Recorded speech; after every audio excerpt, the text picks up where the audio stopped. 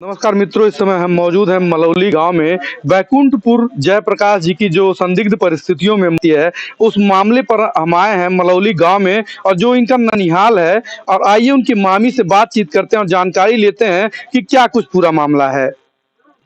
ये बैकुंठपुर में आपको रिश्तेदारी थी जो घटना हुई है? जी हाँ, हमारी ननद की ससुराल थी वो, हमारी रिश्तेदारी है। तो क्या कुछ उसके बारे में जानकारी है?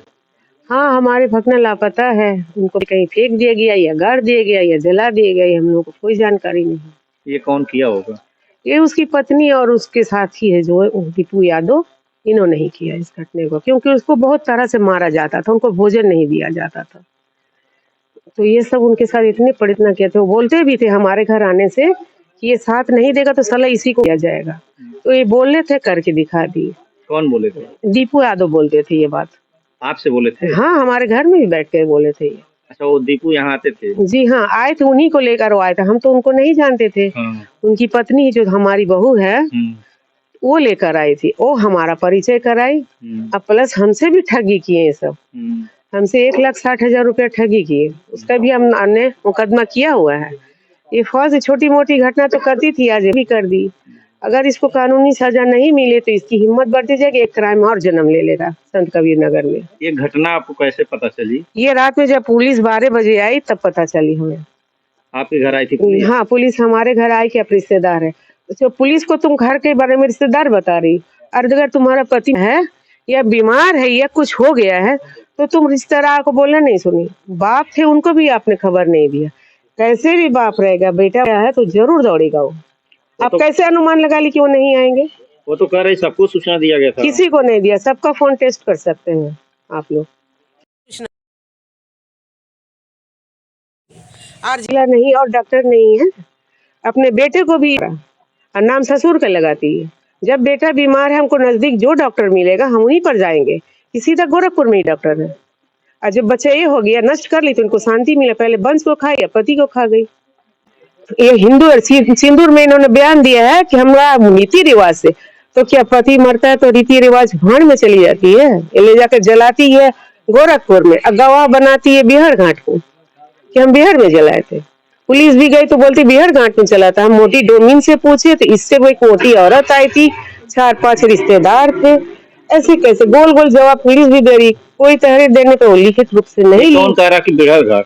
पुलिस बोली है, ऐसो साहब बोले कि बिहार घाट में जलाए गए। हम गए थे, इंक्वायरी किए कि बिहार घाट में जलाई थी, एक मोटी औरत आई थी और ये सब आए थे जलाने के लिए रात में। पुलिस के गए थे जब हमारे पास कोई ऐसा बिना आएगा तब हम रिपोर्ट दर्ज करेंगे। हमारा रिपोर्ट दर्ज नहीं हुआ। तहरीर दिया गया था? तहरीर लिखने ही नहीं दिए गए। क्या करेंगे लिखने के लिए तो हम लिख सकते हैं अभी, लेकिन कुछ जब सबूत चाहिए आप सबूत दीजिए। तो सबूत तो ढूंढना उन्हीं का काम है।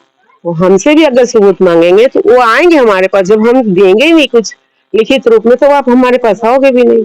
क्या जानकारी हुई आपको कि उसके साथ आपके जो है? पुलिस हमको ये बोले कि आप मामी लगती है और उनके पति पत्नी में जमीनी विवाद से कुछ झगड़ा हुआ तो पति को चोट लग गया है तो पत्नी इलाज का। अब ये बताइए, पति पत्नी अगर मारपीट होती है तो पत्नी को चोट लगना चाहिए या पति को लगना चाहिए?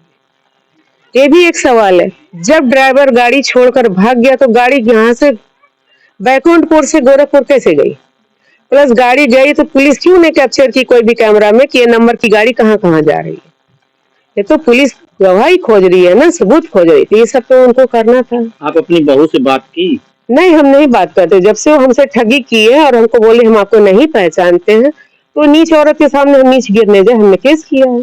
आपकी वो आपके जो है ननद का बहू है तो आपको नहीं पहचानती? नहीं बोल रहे, ये पैसा लेने के बाद हम नहीं पहचानते। ये ससुर से संपत्ति मांगने के लिए हक रखती है, उनको फंसा सकती है और उनका तो ये नहीं बता सकती, तब ये दुश्मन बन जा रहा है। घटना जब हुई आपको नहीं बताया गया? कोई चीज के पता नहीं। रात में 12 बजे जब पुलिस आई तब मुझे पता चला कि वो बीमार है, उनको इलाज कराने के लिए गए। पति फिर वो बोल रहे हैं कि जमीनी विवाद में कोई उनको चोट लग गया तो वो लेके गए। इस तरह गोल गोल जवाब पुलिस दी, लेकिन ये हमें नहीं बताया गया कि उनका मौत हो गया है, उनकी पत्नी उसको लेकर जला दी। अच्छा, जब घटना होती है तो लोग अपने रिश्तेदार को बोले जाते हैं, बोलते हैं, घर पे लाते हैं। मरने जैसी घटना थी, कितनी भी दुश्मनी किसी से क्यों ना रहे, लेकिन उस समय पे खड़े होते, चाहे गांव हो, रिश्तेदार हो, कोई भी हो। और वो एक बाप है कलपता हुआ इतनी ठंड में बीमार 2 दिन का भूखा घर पर आया, रिपोर्ट भी नहीं लिखा गया, वो मायूस होके फिर चला गया। फिर वहाँ पिता आए थे हमारे घर, रुके थे एक रात। अब बेचारे प्रधान जी भी आए, उनसे मिल कर गए, लेकिन वो बोले कि हम किस दिन, जब हमको मार चुकी है 2-3 बार, हमारे बेटे को मार दिए तो कल हमको भी मार सकती है, इसीलिए वो नहीं गए गाँव में। घर पे नहीं इतना वो आतंकित करके रखी उस गाँव को भी कि किसी को बोलते हैं कि अगर कुछ बोलो तो बोलता गोली मार देंगे। अभी क्या चाहते हैं आप लोग? हम लोग इंसाफ चाहते हैं। वो कहाँ है बॉडी, पुलिस खोजे उसे और उसे पहले उनको अरेस्ट करे दोनों को, और उनसे उगलाए कि वो क्या क्या किए। और जो कान्हा हॉस्पिटल का किया गया था उसका रिपोर्ट हम लोग को दिखाया, जहाँ जलाया गया उसका रिपोर्ट दिखाया गया, तब मानते हैं कि हाँ पुलिस ने काम किया, नहीं तो नहीं। अब जो ड्राइवर नहीं है, ड्राइवर भाग गया है, तो उसके जगह कौन गाड़ी ले गया? वो बोल रहे हैं जज साहब रिपोर्ट दिए कि ये दीपू यादव हमारे साथ ड्यूटी में था, तो जज साहब रिपोर्ट दिए तो उनको भी लिखित रूप में दिया जाए कि हाँ हमारे साथ हमारा ड्राइवर था। तो ड्राइवर कौन था जो गाड़ी ले गया?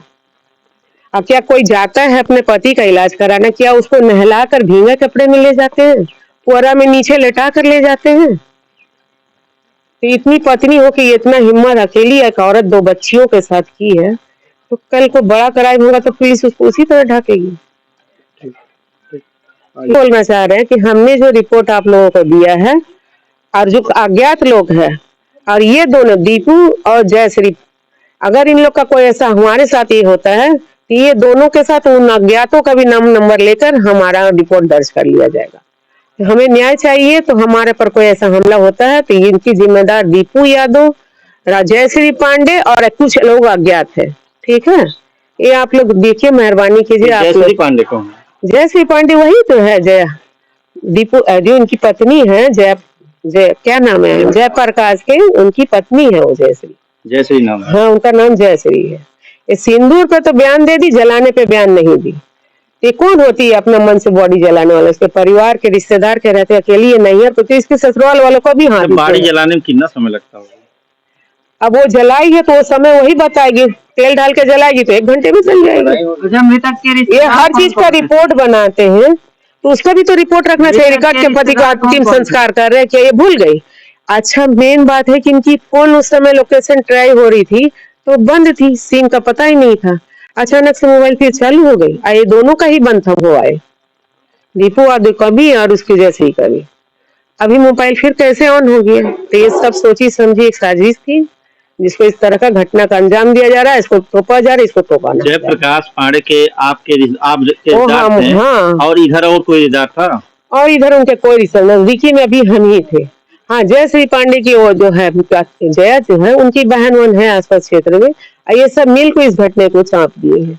इनके ससुराल वाले का पूरा हाथ है इसमें, सपोर्ट किए हैं। अक्सर हिंदू रीति रिवाज में देखा जाता है कि अगर परिवार में कोई पुरुष हो और किसी की मौत हो जाती है तो बॉडी को आग लगाता है पुरुष, अंतिम संस्कार पुरुष करता है। हाँ, उसके लड़की से पुरुष अंतिम संस्कार, उसके भाई थे, उसके पिता थे, वो करते, तो आप एक बच्ची से करवा रहे, इतना आप अलग मान रही है, तो आप संपत्ति में भी अलग हो जाएंगी। तब जब आप हमको मेरे बड़ा बेटे का मुंह नहीं दिखा सकते तो हम आपको कैसे माने कि आप उसकी पत्नी? अच्छा, उस महिला से जब सवाल पूछा जाता है तो कहती है कि रिस्पॉन्सिबिलिटी परिवार का या रिश्तेदार कोई नहीं लेते हैं उन लोगों का। अरे कैसे लेंगे? तो आपका हम साथ दिए तो आप हमको ही लूट ली। एक लुटेरी का कोई कितना साथ देगा? तुम ससुर को ससुर नहीं समझती हो, मारती हो, सास को सास नहीं समझ के मारती हो। घर पे लाया जाता तो आप लोग जाते? क्यों नहीं जाते? हमारे भगने थे, हम उसको अपने पास साल भर, जब उसकी माँ ये हो गई तो हम उसको पाले थे, फिर उसके बाप पिता के। अच्छा, वो कितने साल के थे जब उसकी माँ मरी थी? वो साल भर के थे। 5 साल भर? हाँ, 2 साल की उम्र में हम इनके पिताजी को दिए, 5 साल की उम्र में उसके पिताजी शादी की। वो सौतेली होती तो बड़े पौला करके बच्चे को अपना पाल के पोस के शादी नहीं करती, वो तो उसके लिए कांटा था। आपके भांजे यहाँ आते थे?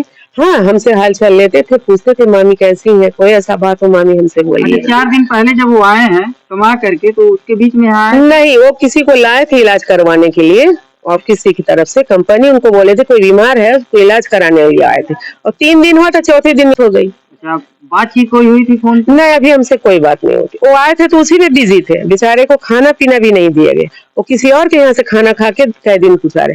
एक पत्नी है जो बच्चे को भी नहीं खिलाती है, बेटियों को से बनवा के खुद खाती है, पति आता उसको भूखा रखती है, अब प्रेमी के संग मिल के मारती है। अवैध संबंध का ये नतीजा है।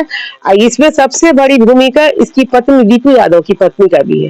वो कभी ऑब्जेक्शन नहीं की कि मेरा पति ये गैर औरत के संग रात दिन रह रहा है। कैसे आप आरोप लगा रहे हैं कि उसका हमने देखा है इसको। हम एक औरत एक गैर मर्द के संग जिस तरह से दूरी बना के चलती वो इस तरह नहीं थी। उसके कंधे पे लद के ये चलती थी एक प्रेमिका की जैसा। और रात दिन ये दीपक हम लोग जब भी गए हैं ये इन्हीं के घर में रहते थे, अपने घर में नहीं रहते थे। तो उसके घर के भी नहीं बोलते थे? कोई नहीं बोलता था। इसके घर वाले का भी पूरा सपोर्ट है और उनके नैहर का भी पूरा सपोर्ट है। इन सबको पूछा जाए। हाँ, उसकी भाई की अभी शादी हुई 6 महीना पहले, उसकी पत्नी रोड फाड़ दी है। किसके भाई की? उसी की विजय सिंह के भाई की पत्नी शादी हुआ तो इनका गलत रिश्ता को बर्दाश्त नहीं की, ऑब्जेक्शन की तो उसको मार के अलग कर दिए। तो ये इतना मायका इनका गोरख मनौसर में है और रामपुर मलौली जो है वहाँ पर है। रामपुर मलौली, हाँ वहाँ पे है। और ये इस तरह से मतलब ये हद पार कर दी।